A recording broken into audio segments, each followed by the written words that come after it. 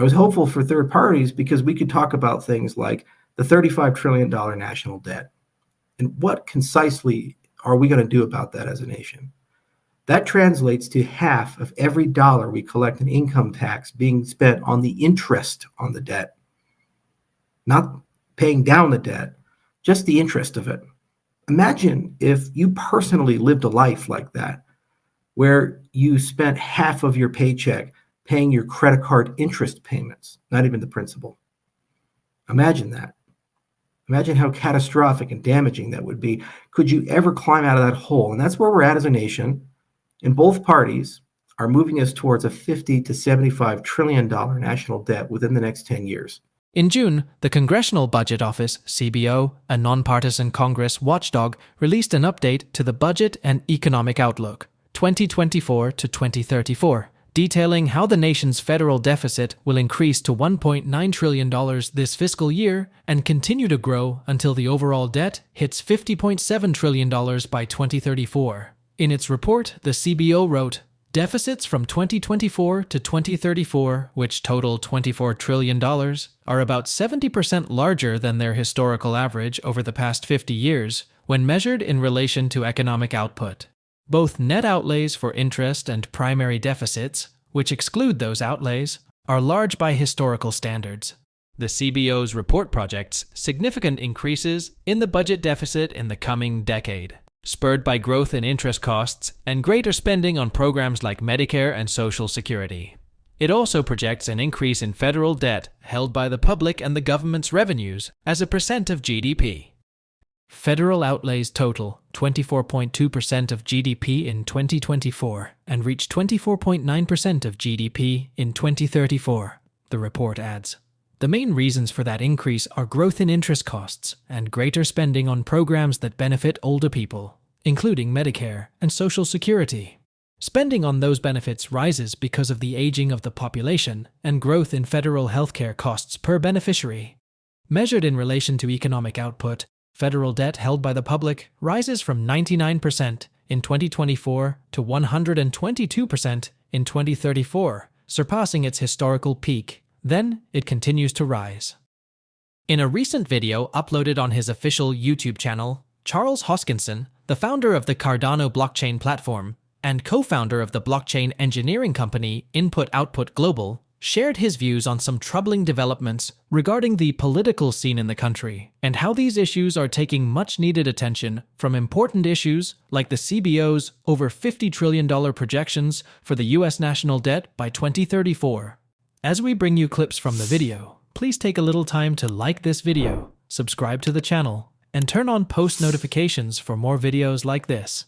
You can also join the conversation by dropping your comments and observations in the comments section below. Everything you do helps with the YouTube algorithm and immensely contributes to the channel's growth. Thanks for the support and enjoy the video. The point of this video is that, according to news reports, it's very likely that the candidate I chose to back, RFK, is going to drop out of the race on Friday and endorse Donald Trump. And there's a natural question that people ask when that happens. Do people fall in line and create a unity government? And even though you hold your nose, maybe you endorse the guy at the top. And I get asked a lot about this. And I was actually recently in an interview with Sin City Crypto. And they asked me, and also other people, for example, when I'm on Gokhstein's show, he's a Trump supporter, asked me about it as well, and says, come on, you got to endorse the Orange Man. And my broader point was that the system is badly damaged, and it's a bipartisan duopoly that operates on the concept of lesser of two evils. It is absolutely extraordinary how much we're willing to excuse in people because we don't want to let the other side win. The Democrats claim to be a party of democracy, that they believe everybody's voice and vote should count. Numerous third-party candidates, RFK included, have been directly by the DNC targeted to prevent them from appearing on the ballot. They took the time to collect the tens of thousands of signatures, hire the lawyers, file the paperwork, and any technicality, any issue, even if it doesn't actually exist, they're going to sue you over it, prevent you from getting on the ballot because of the risk of taking votes away from them. That's not democracy. When one weaponizes the legal system to attack their political opponents, it's not democracy. We've endured 4 years of lawfare against the cryptocurrency industry. And people on Team Blue seem to excuse it and say, well, Trump did some stuff. No, Choke Point 2.0 was a unique phenomenon of Biden, as is the SEC going after nearly every American exchange and most of the layer 1 protocols in some way or another.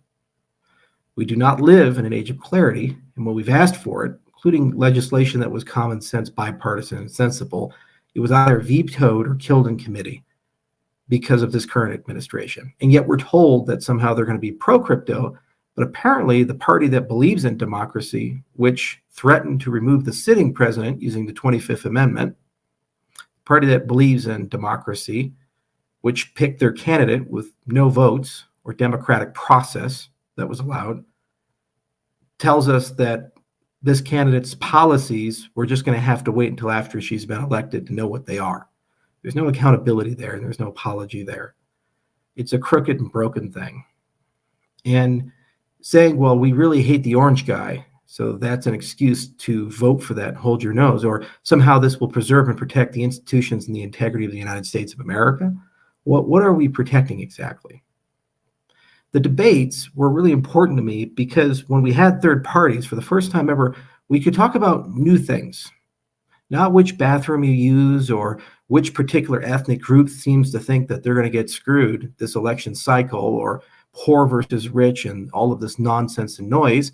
By the way, there were people at the DNC bragging about being billionaires as well, including the governor of Illinois. We had Oprah tell us how evil and unfair America is and how systemically racist it is and all the challenges she felt when she's worth $2.7 billion. Only in America could a person like Oprah accumulate that wealth. Didn't happen in Europe, never has, never will. Didn't happen in Asia, never has, never will. Only here. I don't fundamentally believe this nation is unfair and evil and systemically problematic, and everybody judges each other differently based upon the color of their skin. It's a regressive and damaging and horrible philosophy. In an earlier report released in February 2024, the CPO had projected that deficits would fall to $1.5 trillion in 2024. In its June update, the watchdog revealed a 27% or $0.4 trillion increase in the deficit than it had earlier projected. The June report reveals that this massive increase can be attributed to 4 factors: a $145 billion increase in projected outlays for student loans stemming mostly from revisions the Biden administration made to the estimated subsidy costs of previously issued loans and the proposed rule to reduce many borrowers' balances on student loans. A $70 billion increase in projected outlays for deposit insurance because the Federal Deposit Insurance Corporation is not recovering payments it made when resolving bank failures in 2023 and 2024 as quickly as previously anticipated. Another $60 billion increase resulting from some newly enacted legislation, a final $50 billion increase for Medicaid. Despite the gloomy projections, several prominent economists and other financial experts have pointed out that the CBO's projections do not account for periods of economic decline, such as recessions. When that is put into consideration, experts believe the nation's debts will have easily surpassed $75 trillion by 2034. In his video, Hoskinson addresses other issues, including Vice President Kamala Harris's latest campaign promise of a federal ban on price gouging if elected president in November. According to her presidential campaign, price gouging is the focus of the VP's economic agenda, and with it she intends to crack down on excessive prices and excessive corporate profits, particularly for groceries. Let's get back to the video. The Republicans are no better. You know, the Republican Party used to stand for things and care about things. It used to say integrity matters, your word matters, decency matters. It used to say things like, let's have sound money. Let's have things like a humble foreign policy. Let's have things like a limited government. This was best expressed in people like Ron Paul, who I supported back in 2007 and again in 2011 when he ran for president, through the Campaign for Liberty as a volunteer and the Audit the Fed initiative. And there was pretty simple. It's pretty straightforward. It's pretty direct. And I fought for that. I was hopeful for third parties because we could talk about things like the $35 trillion national debt. And what concisely are we going to do about that as a nation? That translates to half of every dollar we collect in income tax being spent on the interest on the debt, not paying down the debt, just the interest of it. Imagine if you personally lived a life like that, where you spent half of your paycheck paying your credit card interest payments, not even the principal. Imagine that. Imagine how catastrophic and damaging that would be. Could you ever climb out of that hole? And that's where we're at as a nation. And both parties are moving us towards a $50 to $75 trillion national debt within the next 10 years, which will translate to 100% of every dollar we collect in taxation going to the interest on the debt. Apparently, Kamala Harris supports a wealth tax, as well as a tax on unrealized capital gains. And it's excused by saying, well, rich people will pay it, so it's okay. I don't think people fully understand or appreciate what that translates to. What that means is the government will then have a legal right to know every single thing you own. And every single year, have accountants figure out if those things are more or less valuable. And if they're more valuable, despite the fact that you haven't realized any of it, you will be sent a bill. And if you can't pay that bill, you will be forced to liquidate the things that you own. In many cases, are illiquid. And what if you disagree at the government's assessment of the valuation of the paintings on your wall, the real estate you own, the private businesses which have no liquidity? Well, you'll be in tax court for 5 to 10 years. And when the government loses, you don't get the legal fees back. This is so far away from any semblance of liberty and freedom. This is so far away from what we started as Americans. It's wrong. And I don't care if it's for people over $100 million of net wealth. That's how it starts, just like how the income tax started in 1913, where the highest bracket was 7%, and it was only for the millionaires. And we woke up 20 years later with the highest bracket being over 90%. And now each and every one of you has to deal with taxation. That is what these people do. And notice something, not a single discussion about cutting the federal budget. If you cut it by 5% every year, in just 10 years, you could balance the entire federal budget and we'd have a surplus. Hoskinson shared more political views in a recent post on social media platform X. The post reads, "It was a great speech from RFK, and one that was filled with deep, uncomfortable truths about our media, corporate control of America, and how profoundly undemocratic the Democrat Party has become." RFK split the baby in half, endorsing Trump in battleground states and staying on the ballot in states that are already decided. I live in a state that's decided, so I can still vote for Kennedy. If you live in a battleground state and accept the binary choice, then Trump is the last remaining choice. It's clear that if Trump wins, Kennedy will be part of his administration.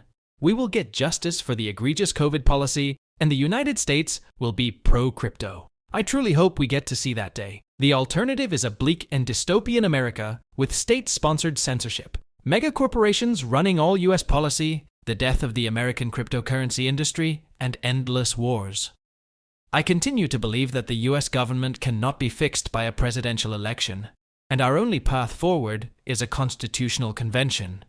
But I also believe that a unity government of Kennedy with Trump and others that are like-minded will be able to slow down the horrors that await us. In Charles Hoskinson's words, we have come to a crossroads, a defining moment for the global economy that will determine the future of our children and the coming generations. At this moment, when powers are rising in every corner of the world, threatening the U.S. hegemony, this is when our country needs to be stronger than ever. But the opposite is the case. Our enemies have sensed our weakness and are moving in for the kill. The outcome of the elections in November may very well determine what lies ahead for the US and the global economy at large. Please share your comments and observations on Charles Hoskinson's video in the comment section below. Also, ensure you like this video, subscribe to the channel, and turn on post notifications for more videos like this. Thanks for watching.